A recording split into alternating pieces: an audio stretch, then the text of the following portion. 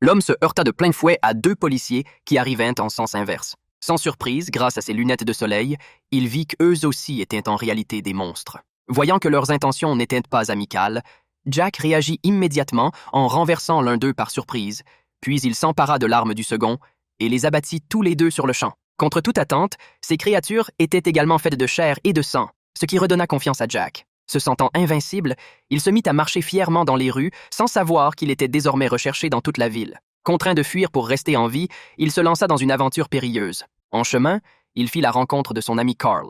Déterminés à restaurer la paix dans le monde, ils décidèrent ensemble de chasser tous les squelettes de la planète. Pour cela, Jack emmena Carl dans un entrepôt d'armes afin de s'équiper. Mais soudain, une violente explosion retentit. Les squelettes avaient retrouvé leurs traces. Jack et Carl s'enfuirent aussitôt à toutes jambes. À l'extérieur, une horde de policiers les attendait déjà, les forçant à s'échapper par la porte arrière. À peine avaient-ils parcouru quelques pas qu'un drone circulaire apparut au-dessus d'eux. Voyant que la caméra du drone risquait de révéler leur position, Jack dégaina son arme sans hésiter et abattit l'engin d'un tir précis. Pour échapper aux créatures qui le traquaient, Jack, paniqué, rencontra une femme nommée Wendy dans un parking.